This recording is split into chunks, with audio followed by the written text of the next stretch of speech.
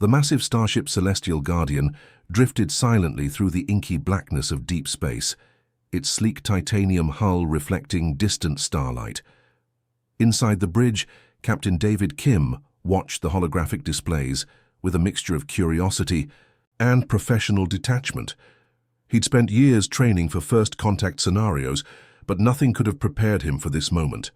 The alien vessel appeared suddenly, like a massive crystalline structure that seemed to materialize from nothingness. Its design defied human understanding. Organic curves blended with impossible geometric patterns that seemed to shift and change with each passing second. Lieutenant Una Park, the ship's communication specialist, leaned forward, her fingers dancing across quantum communication interfaces. "Signal stabilizing," she muttered, her voice tight with concentration. David noticed her hands were slightly trembling. He understood why. This wasn't just another mission. This was humanity's first real opportunity to prove themselves to a galactic civilization that had watched them for decades. The alien communication burst through, not as words but as complex mathematical patterns and emotional wavelengths. Most human systems would have collapsed under the transmission's complexity, but their specially designed quantum receivers, developed by a team of brilliant Korean-American engineers, captured every nuanced detail. "They're scanning us," Una whispered. The alien vessel began to pulse with strange bioluminescent colors, blues that seemed to contain entire emotional spectrums, greens that vibrated with mathematical precision, and purples that spoke of technologies beyond human comprehension. David remembered his training. Stay calm, show strength. Don't appear threatening, but don't appear weak. Suddenly, holographic representations of alien beings materialized on the bridge. They weren't humanoid, far from it. Crystalline structures that seemed part organism, part machine with appendages that moved like liquid mercury. Their communication was direct, almost clinical. "Humans of Earth," the translation matrix rendered. "You are unexpected." Una suppressed a laugh. The aliens sounded almost disappointed. The ship's AI system began cross-referencing the transmission, analyzing linguistic patterns, biological signatures, and technological markers. Decades of preparation were condensing into these few critical moments. What the aliens didn't know was that humanity had been preparing for this encounter for generations. Every military strategist, every scientist, every diplomat understood the stakes. This wasn't just a meeting. This was humanity's first real test on a galactic stage. David's hand rested casually near the emergency defense protocols, not as a threat, but as a subtle reminder. Humanity might look young, might seem primitive, but they were far from defenseless. The alien crystalline beings continued their scan. They were searching for weaknesses, trying to categorize humans into known biological classifications. But humans were masters of adaptation, of survival, of turning limitations into strengths. "We come in peace," David responded, his voice calm and steady. "But we are also prepared." The subtle emphasis on prepared wasn't lost in translation. The alien structures shifted, their internal compositions revealing momentary confusion. Una's communication algorithms were working overtime, translating not just words but cultural nuances, technological implications, potential threat assessments. She was creating a real-time linguistic bridge between two completely different civilizations. Outside the ship, robotic reconnaissance drones moved with calculated precision. They weren't aggressive, merely demonstrating humanity's technological capabilities. Each movement was a statement. "We are here. We are ready." The alien vessel pulsed again, this time with a color that seemed to represent a mix of curiosity and mild concern. They were reassessing their initial assumptions about humans. David knew this moment would be recorded in human history. The first true galactic first contact wasn't about technology or military might. It was about perception, about showing that humanity was more than just another young species. As the alien vessel continued its scan, David allowed himself a small smile. They had no idea what humans were truly capable of. The bridge crew remained silent, each person understanding the weight of this moment. Years of training, decades of preparation, generations of dreaming, all converging in these few critical minutes. First contact wasn't just beginning. It was about to get interesting. End of part 1. Would you like me to proceed with expanding the next part of the story? The Galactic War Room hummed with tension, holographic displays flickering with the dire predictions of the Void Swarm's relentless advance. Entire star systems had already been consumed, reduced to cosmic dust by the biomechanical nightmare that threatened all known civilizations. David Kim sat among a diverse group of human and alien strategists, his eyes scanning the rapidly changing battle maps. The Confederation's military leaders looked desperate, their centuries-old strategies crumbling against an enemy that defied conventional warfare. "We need fresh perspectives," muttered Commander Kwan, an elder alien strategist whose crystalline body shifted with agitation.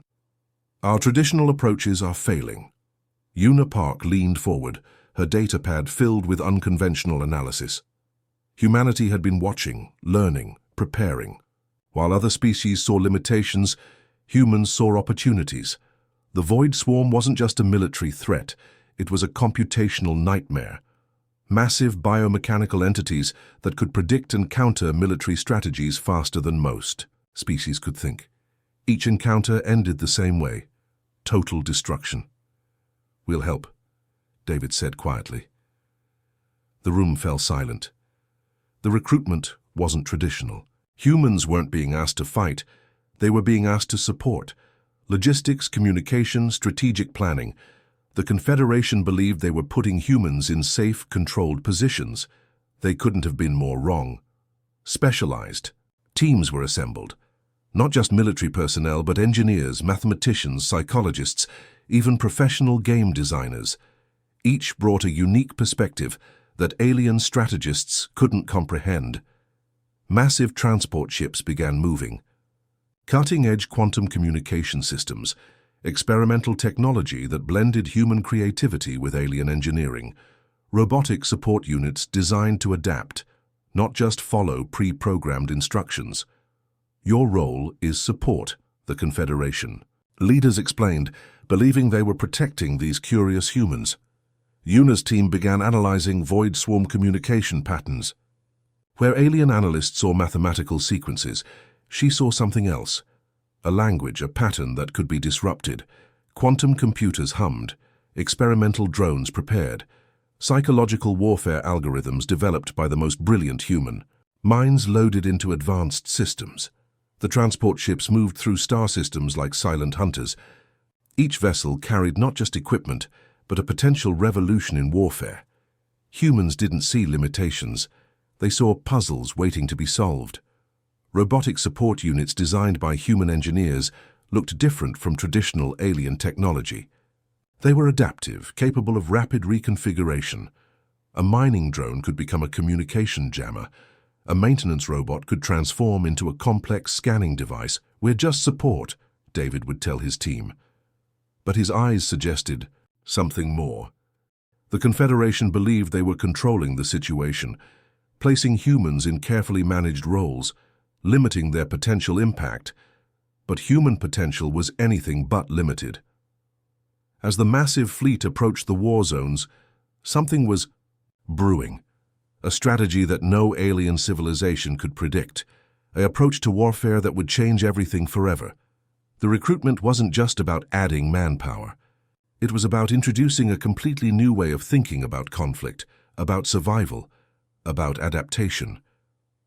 The Void Swarm was about to meet an enemy they couldn't calculate. An enemy that didn't follow rules. An enemy that saw every limitation as an opportunity. Humanity was entering the galactic stage, and nothing would ever be the same again. In the transport ship's command center, David looked at his team. Young, brilliant, completely unprepared for what was coming, but absolutely ready to change the universe. "We're just here to help," he said with a slight smile. But help in human terms was about to get very interesting. End of part 2. Would you like me to expand the next part of the story with the same approach and energy?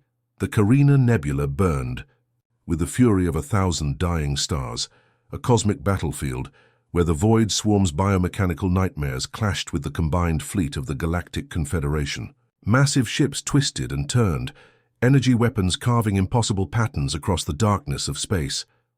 David Kim watched the holographic displays, his fingers dancing across quantum interfaces that seemed to breathe with living intelligence. Around him, his team of specialists worked with an intensity that bordered on controlled chaos. "They're using predictive algorithms," Una muttered, her eyes reflecting streams of impossible data. "Mathematical warfare that calculates every possible outcome." But humans didn't play by mathematical rules.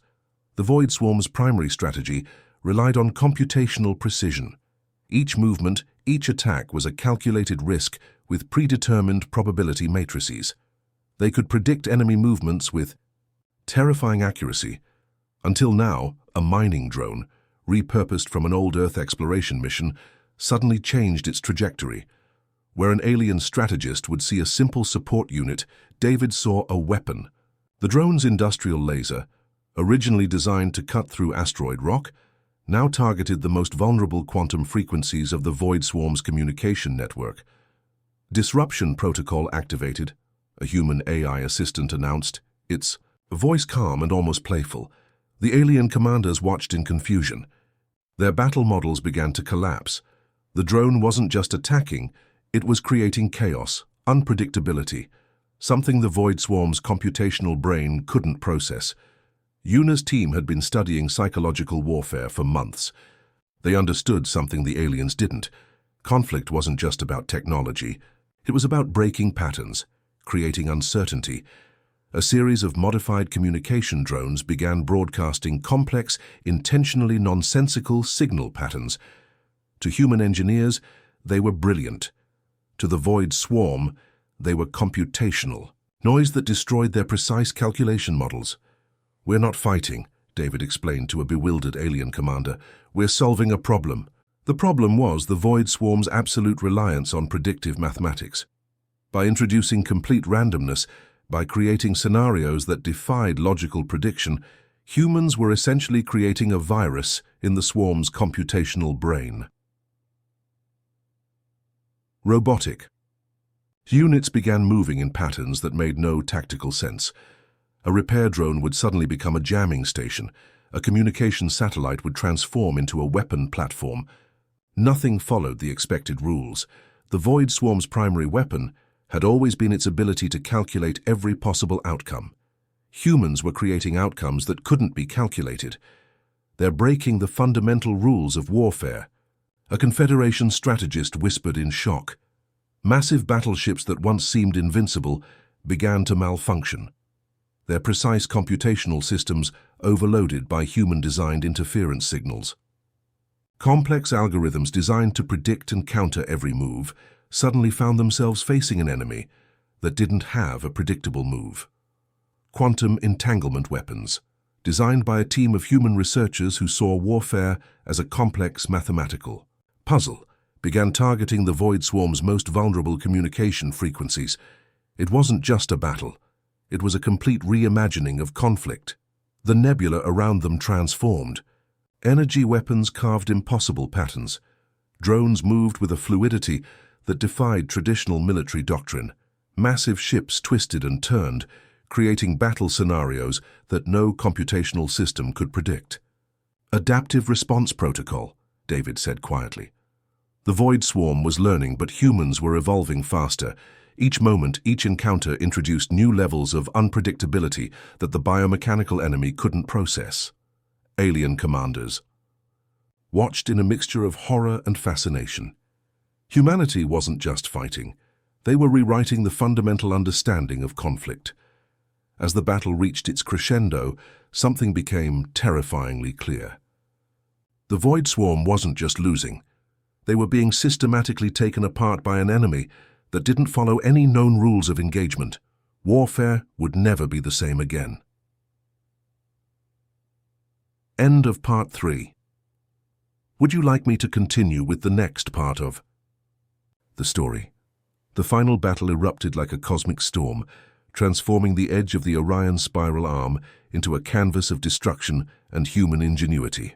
Massive quantum energy waves crashed against biomechanical structures that had consumed entire civilizations for millennia.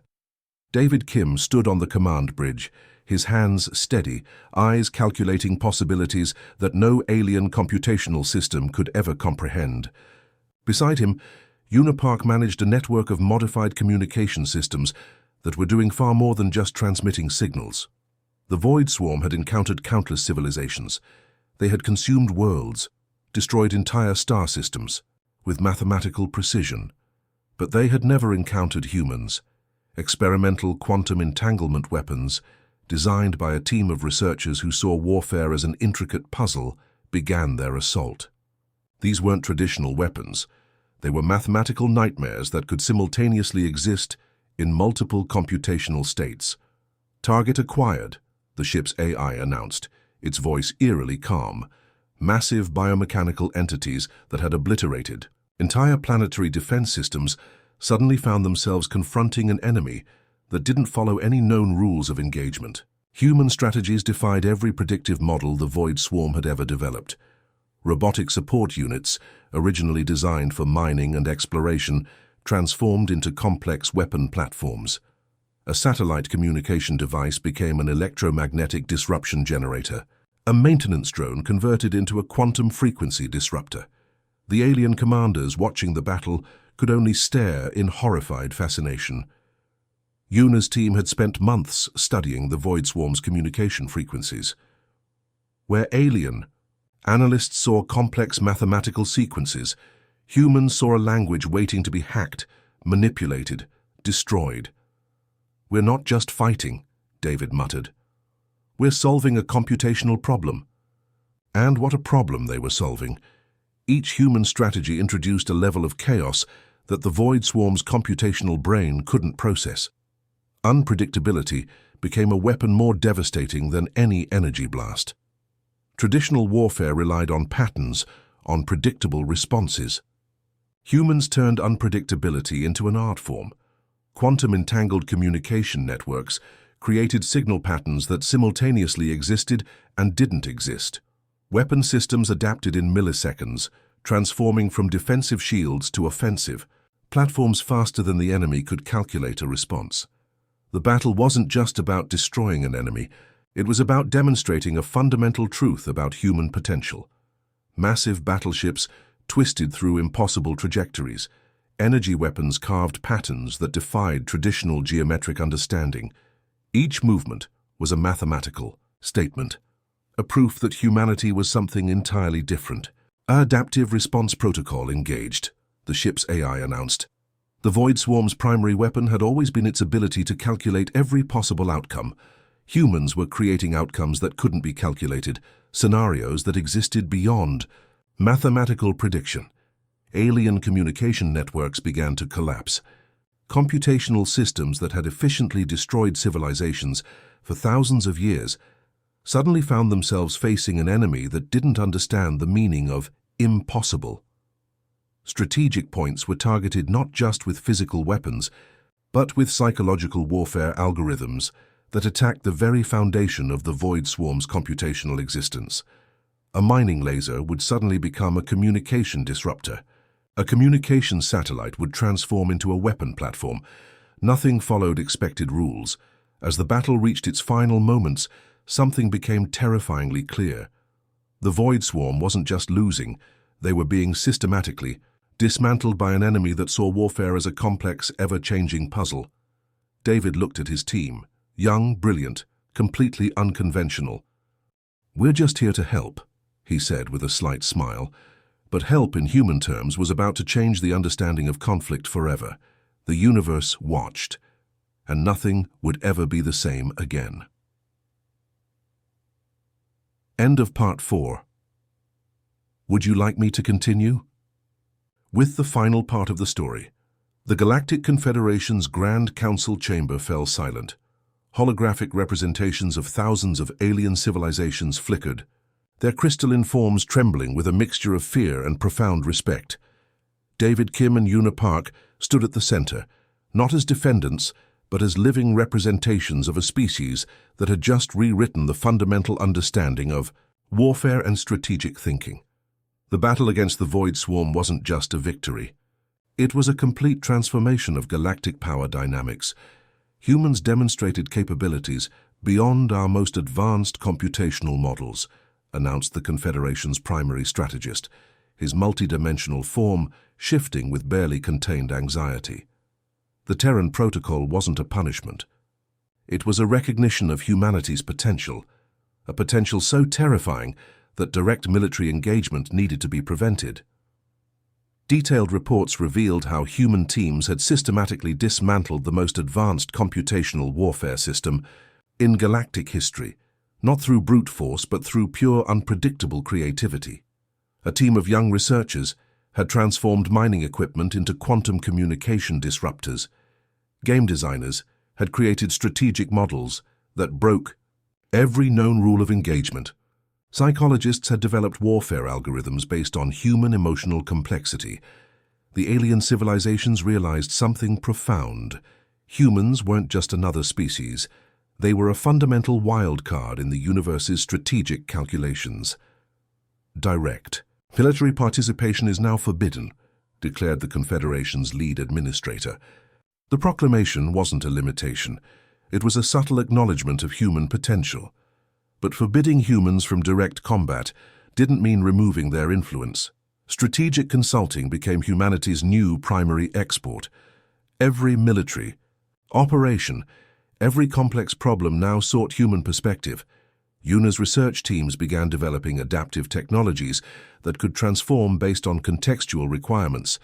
A communication satellite could become a weapon platform.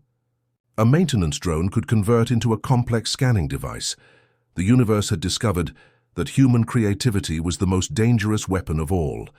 Alien civilizations started recruiting human consultants, researchers, and strategic advisors. Not as soldiers, but as problem solvers. Universities across multiple star systems began studying human adaptive thinking. "We're not warriors," David would explain to curious alien diplomats. "We're solution developers." But everyone understood the underlying message. Humanity might be restricted from direct combat, but their very existence was a strategic threat. Quantum communication networks began incorporating human-designed adaptive algorithms. Computational systems were rebuilt, using principles of unpredictability and creative problem-solving that humans had demonstrated. The Terran Protocol became more than a military restriction. It became a fundamental recognition of human potential. Young researchers across Earth celebrated. They weren't just restricted. They were acknowledged as a species that could fundamentally change strategic thinking. Alien civilizations developed specialized human interaction protocols. Study centers were established to understand human psychology, creativity, and adaptive thinking. The galaxy had discovered that humanity's greatest weapon wasn't technology. It was the ability to see beyond established rules, to create solutions where others saw only limitations. David looked at Una, a slight smile crossing his face. They had changed everything, and they were just getting started. The Terran Protocol wasn't a limitation. It was an invitation to reimagine what was possible. Humanity had arrived on the galactic stage, and the universe would never be the same again. As the Galactic Confederation's holographic representations faded, one thing became crystal clear. Humans might be forbidden from direct combat, but their very existence was now the most powerful strategic asset in the known universe. The real revolution was just beginning. End of Part 5. Would you like me to refine or modify any part of the story?